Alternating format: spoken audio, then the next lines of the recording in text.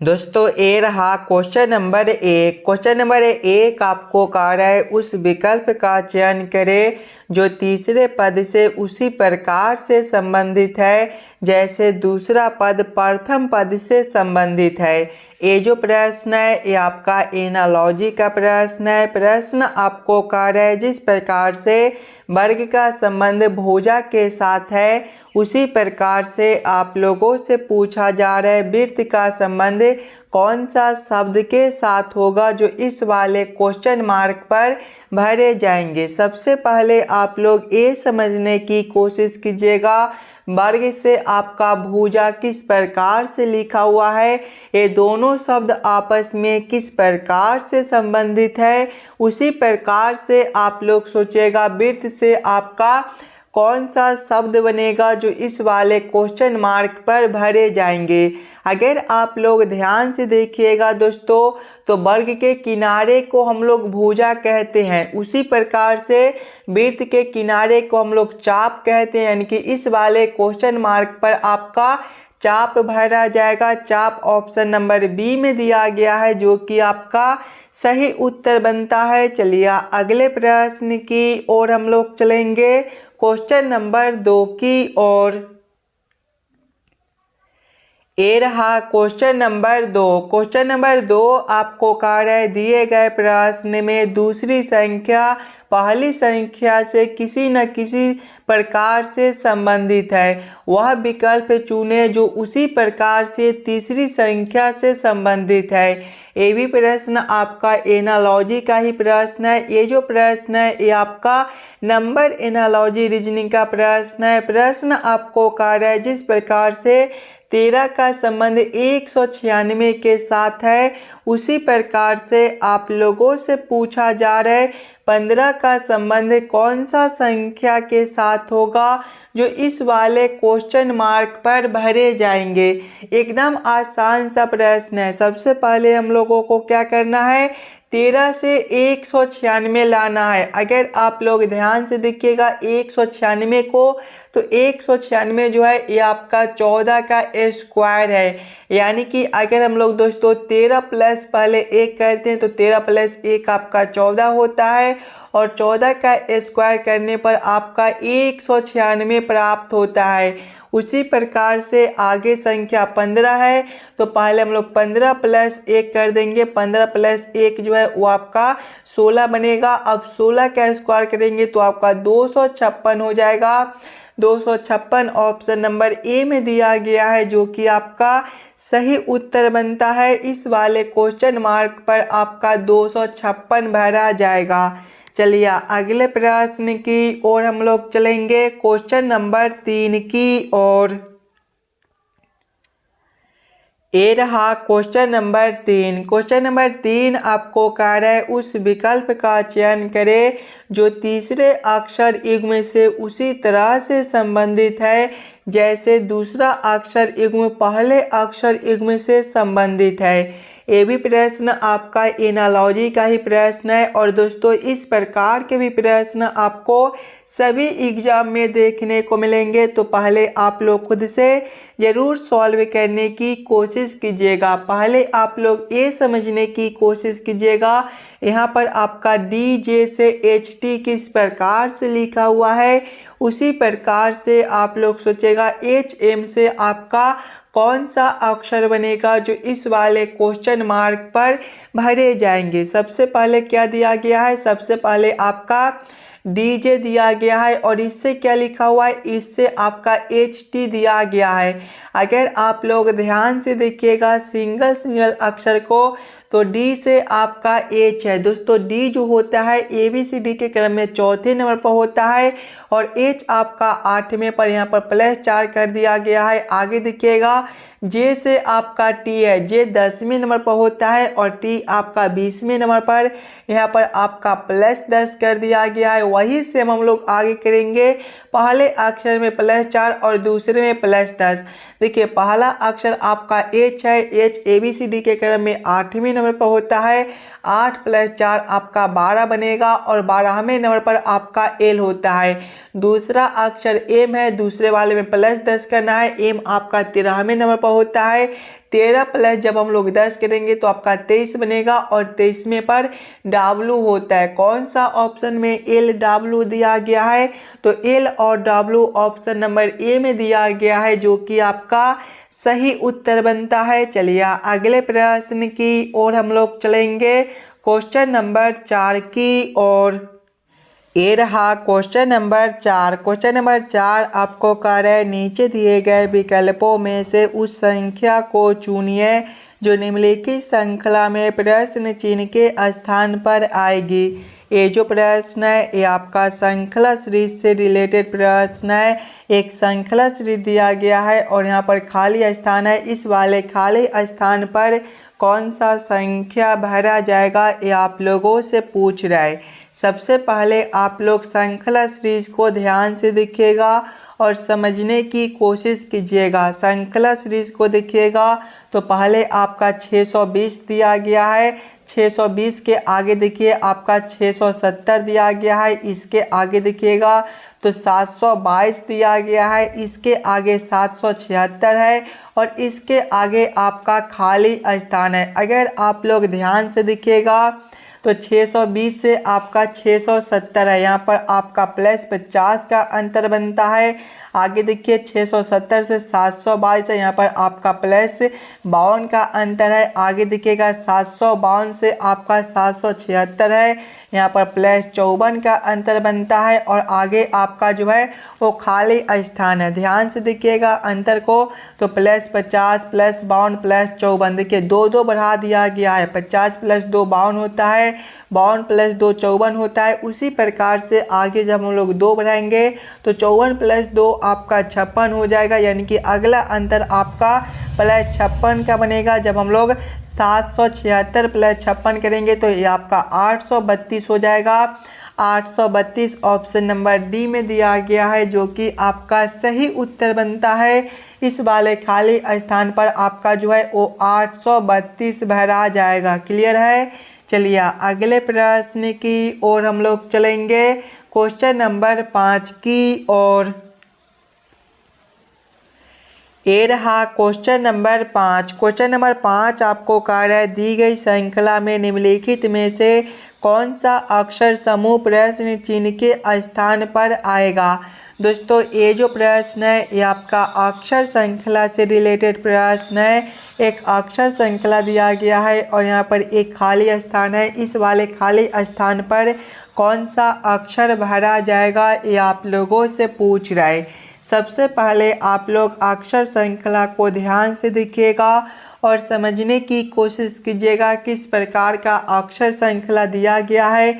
इसे हम लोग कैसे जल्द से जल्द सॉल्व कर सकते हैं। अक्षर श्रृंखला को देखिएगा तो पहले आपका ND दिया गया है, ND के आगे देखिएगा तो आपका KA दिया गया है, KA के अगर आप लोग आगे देखिएगा तो आपका HX दिया गया है, HX के आगे देखिए आपका EU दिया गया है और इसके आगे आपका क्वेश्चन मार्क है।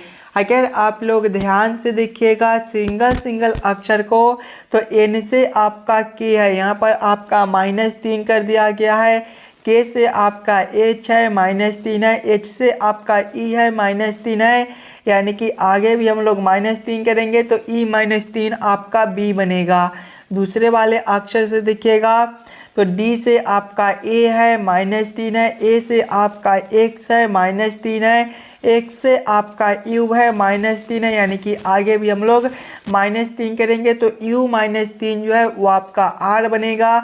BR ऑप्शन नंबर डी में दिया गया है, जो कि आपका सही उत्तर हो जाएगा। इस वाले क्वेश्चन मार्क पर आपका BR भरा जाएगा। क्लियर है? चलिए अगले प्रश्न की ओर हम लोग चलेंगे, क्वेश्चन नंबर 6 की ओर।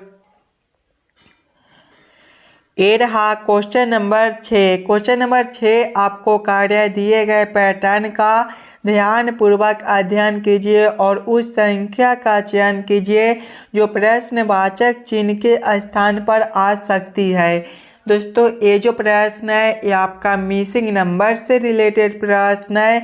यहाँ पर आपका एक क्वेश्चन मार्क दिया गया है। इस वाले क्वेश्चन मार्क पर कौन सा संख्या भरा जाएगा ये आप लोगों से पूछ रहा है।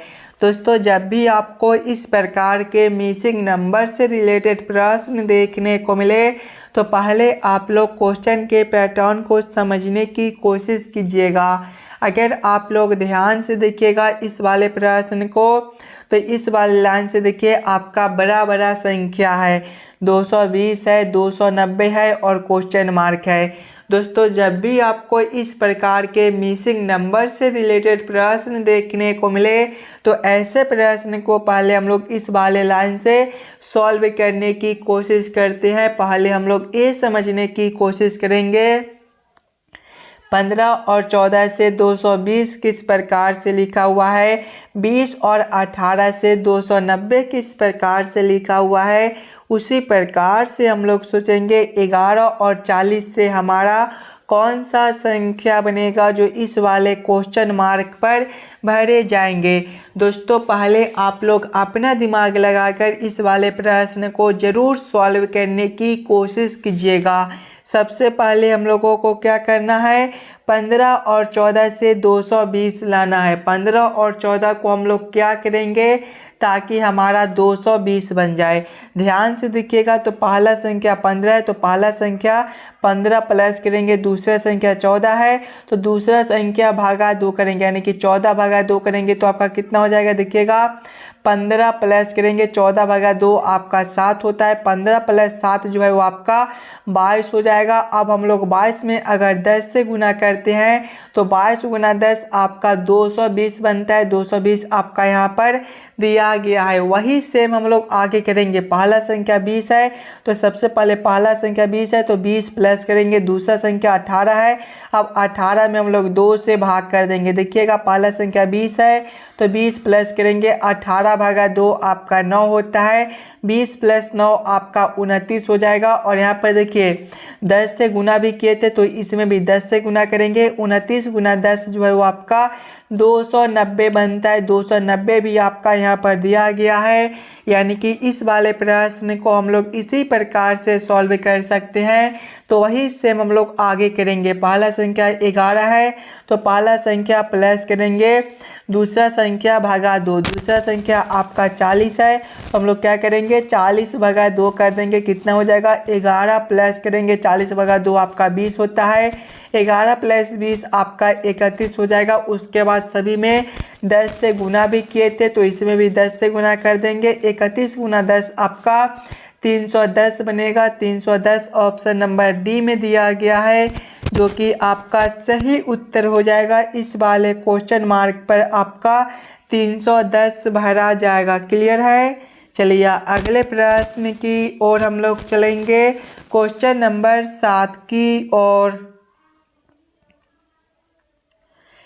ये रहा क्वेश्चन नंबर 7। क्वेश्चन नंबर 7 आपको कार्य निम्न में से कौन सा वेन आरेख दिए गए वर्गों के बीच के संबंधों को सबसे अच्छी तरह से दर्शाता है।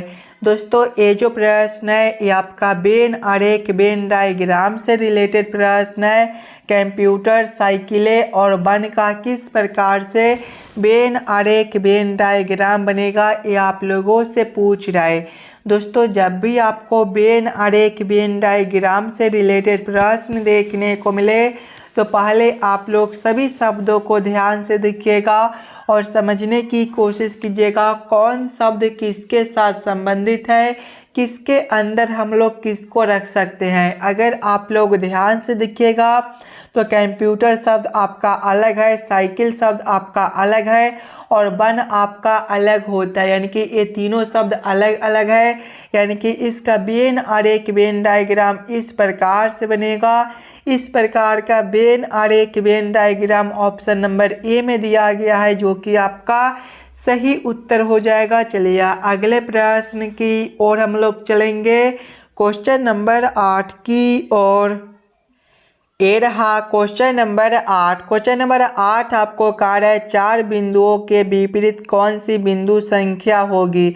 दोस्तों यहाँ पर दो पासे के अलग अलग स्थितियों को दिया गया है और ये दोनों पासे के स्थितियों को पहले आप लोग ध्यान से देखिएगा और समझने की कोशिश कीजिएगा। 4 बिंदु के विपरीत आपका कौन सा बिंदु आएगा। अगर आप लोग ध्यान से देखिएगा ये दोनों पासे के स्थितियों को, तो ये दोनों में आपका जो है वो 5 दिया गया है, यानी कि 5 जो है वो आपका कॉमन संख्या है। अब आप लोग 5 के बगल वाले संख्या को देखिएगा घड़ी के विपरीत दिशा में, तो 5 के बगल में देखिए इसमें देखिएगा तो आपका 4 है और 4 के बाद आपका 2 है। इसमें देखिएगा 5 के बगल वाले संख्या घड़ी के विपरीत दिशा में तो आपका 3 है और उसके बाद आपका 1 है। दोस्तों यहाँ पर समझिएगा 4 के विपरीत आपका 3 बनेगा और 2 के विपरीत 1।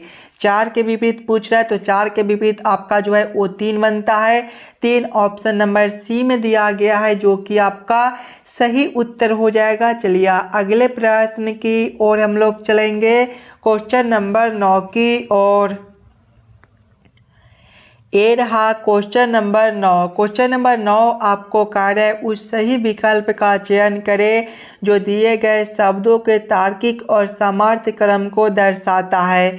सफाई करना, पकाना, खाना, परोसना और खरीदना का किस प्रकार से सही क्रम बनेगा, ये आप लोगों से पूछ रहा है।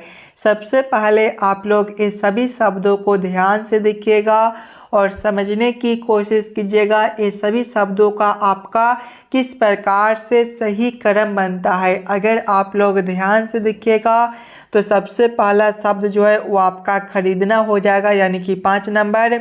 खरीदने के बाद आपका सफाई करना हो जाएगा, यानी कि 1 नंबर। सफाई करने के बाद आपका पकाना हो जाएगा, यानी कि 2 नंबर।